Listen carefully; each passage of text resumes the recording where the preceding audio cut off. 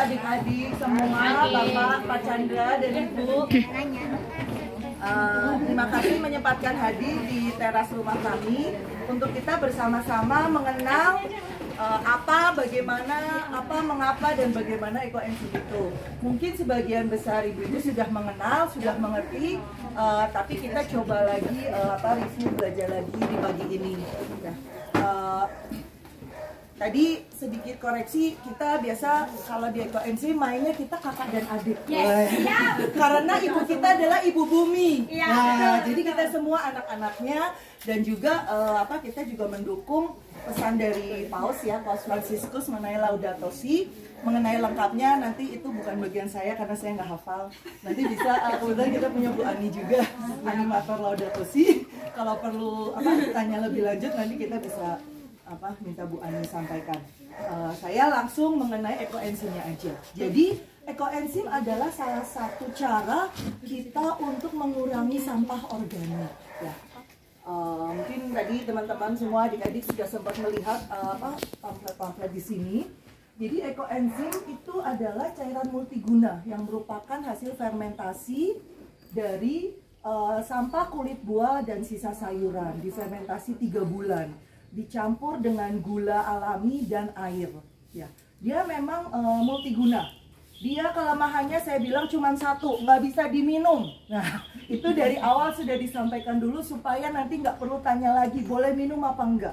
Karena ekoenzim tidak boleh diminum. Jadi dia bisa dipakai buat apa aja, tapi semuanya itu pemakaian luar. Terminum boleh nggak? Kalau terminum kan itu tidak sengaja. Kalau tidak sengaja nggak apa-apa. Kalau diminum itu kan sengaja itu yang tidak boleh. Karena salah satu manfaatnya nanti kita bisa lihat adalah untuk kumur, untuk sikat gigi. Nah, nanti keminum, kan terminum, bukan sengaja diminum. Nah, ekoenzim ditemukan tadi oleh Dr. Rasukan Popanform. Beliau ini dia sebenarnya tadinya itu untuk di pertanian, dia pendiri pertanian organik di Thailand. Tetapi kemudian berkembang penelitiannya sehingga banyak manfaat lain. Kalau teman-teman lihat di flyer itu atau ini tadi mungkin ada yang sudah ambil, di sini juga bisa lihat ada banyak manfaat untuk selain untuk pertanian, untuk keseharian kita, untuk kesehatan, untuk air, tanah, udara itu juga ada manfaatnya. Nah, beliau ini penelitian dari sekitar tahun 1980, dia tidak mempatenkan penemuannya ini dengan maksud salah satunya adalah supaya ada banyak orang yang bisa mengembangkannya gitu. Penelitian lebih lanjut mengenai segala hal yang terkait ekoenzim ini gitu. Walaupun beliau sudah mendapat penghargaan di mana-mana gitu. Jadi salah satu yang penting kami perlu sampaikan juga adalah ekoenzim ini tidak boleh diperjualbelikan. Jadi kita tidak boleh menjual, dan tolong kita juga jangan membeli.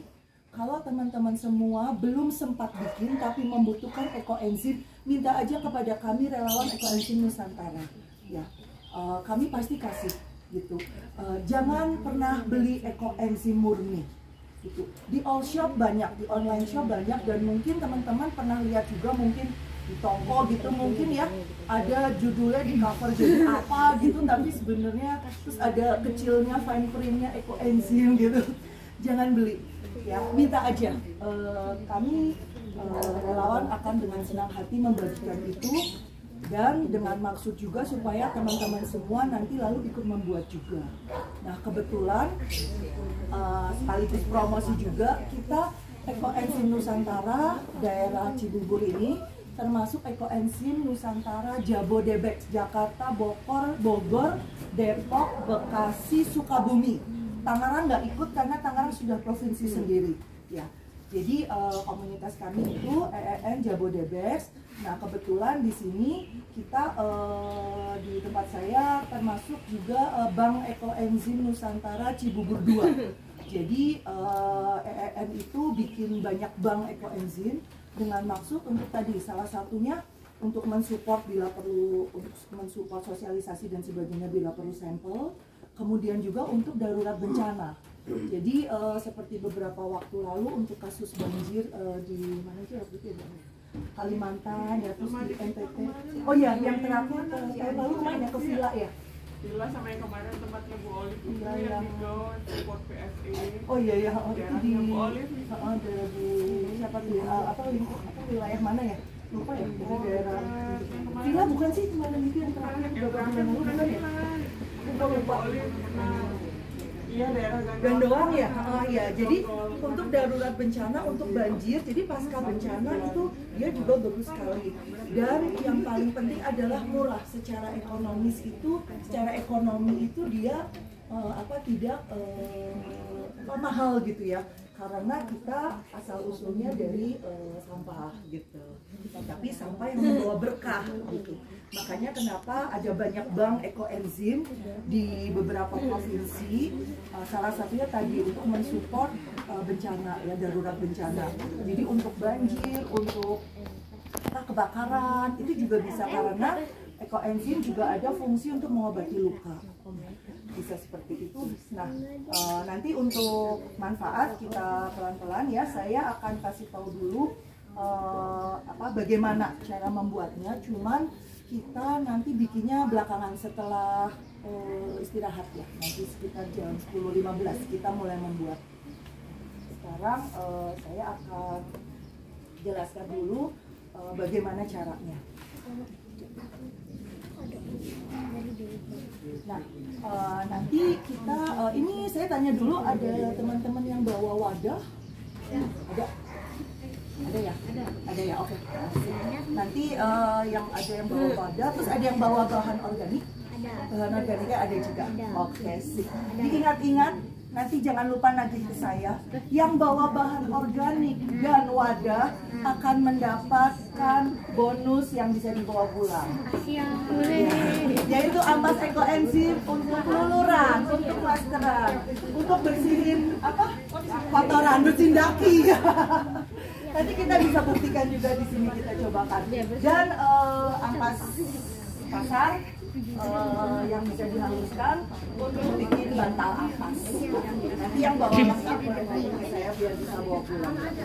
Untuk bapak ibu yang lain nanti bisa bawa pulang sampel ekoenzim dengan harapan bisa mencoba pakai di rumah.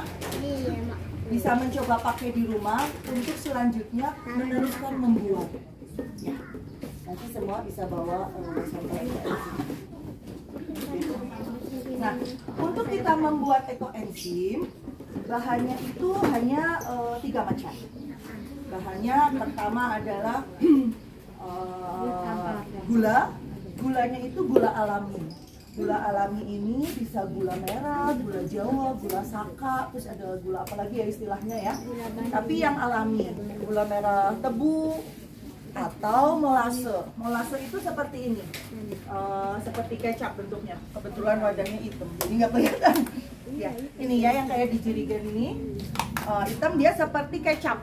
Begini, seperti kecap manis, kental seperti kecap manis. Ini molase atau disebut juga tetes tebu. Dia dari sisa gula pasir, sisa pengolahan pembuatan gula pasir. Nah, kalau gula pasir boleh nggak Kak? Kalau gula pasir tidak disarankan karena gula ini adalah makanan bagi bakteri baik dalam proses fermentasi. Sementara kalau gula pasir itu mineralnya sudah kurang. Ya, jadi nanti kelaparan dia, makanannya kekurangan. Nanti tidak bisa berfermentasi dengan sempurna. Tapi kalau di tempatku cuma ada gula pasir, gimana Kak? Nggak apa-apa, bikin aja daripada kamu tidak bikin, gitu. Ya, jadi istilahnya tidak ada alasan untuk kita tidak bikin ekoenzim, gitu. Karena bahannya mudah didapat, ya. Jadi kalau nggak punya, bener-bener cuma adanya, nggak apa-apa, nggak usah dikumpulin, nggak apa-apa juga. Nanti bisa dipakai sendiri langsung. Jadi gula itu kalaupun misalkan cuma ada gula pasir, nggak apa-apa, tapi nanti rumusnya sedikit beda ya. Dan kami tidak menyarankan itu sebetulnya. Jadi nanti kasus khusus ya, kita belajar khusus. Ya. Nah, hati-hati untuk gula Jawa, gula merah, gitu ya. Kadang itu kalau kita belinya kita nggak tahu apa sih yang benar gitu ya, tempatnya itu suka dioplos, suka aspal gitu, asli tapi mahal suruh ya. Jadi hati-hati. Dan kalau untuk di area kita Jabodebek ini relatif sebetulnya molase itu lebih ekonomis ya. Molase ini lebih ekonomis karena harganya kurang lebih sepertiganya gula-gula alami lainnya gitu ya. Dan molasenya ini nggak usah yang food grade, kan ada ya molase yang buat bikin kue, yang molase yang food grade gitu. Kalau yang untuk bikin ekoenzim nggak perlu yang food grade, tapi Brix-nya yang tinggi, jadi 85 ke atas gitu. Bagus kalau bisa 90, 92 gitu ya. Jadi ya lebih kental, dia Brix itu takarannya kentalannya. Nah, ini untuk gula. Tapi kembali lagi, misalkan kalau di tempatku gula Jawanya itu aku bisa dapat bagus dan murah gitu. Kadang apalagi kalau kita pulang kampung gitu ya, di rumah gitu suka dapat gitu, nggak apa-apa pakai aja. Yang membedakan nanti hanya warnanya saja. Jadi hanya warnanya saja yang berbeda. Kalau pakai molase dia gelap seperti ini pun karena ini sudah jalan 3 tahun, jadi udah bening juga gitu, udah jernih juga ya. Udah muda, lebih muda lagi warnanya. Dan yang gula aren, gula Jawa itu warnanya kayak gini, lebih muda gitu. Jadi cuma warnanya aja yang beda, tapi manfaat dan sebagainya itu sama. Manfaat dan lain-lainnya itu sama ya. Nah, kemudian yang berikutnya adalah bahan organiknya. Bahan organiknya itu kita bisa pakai kulit buah dan sisa sayuran. Jadi semua yang ada sisa kita bilangnya sampah organik ya, kulit buah dan sisa sayuran yang ada dari rumah kita sendiri kan, apalagi ibu-ibu kan suka masak ya, ntar sayuran sebelum dimasak dipotongin dan sebagainya, sisanya itu bisa dikumpulkan untuk bikin ekoenzim.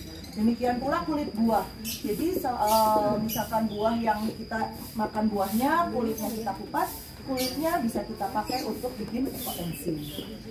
Nah, kulit buah atau sisa sayuran yang seperti apa yang tidak boleh? Jadi yang tidak boleh itu yang keras, berminyak, kering. Aku pakai mic aja ya, soalnya ini ada yang ngobrol. Sorry.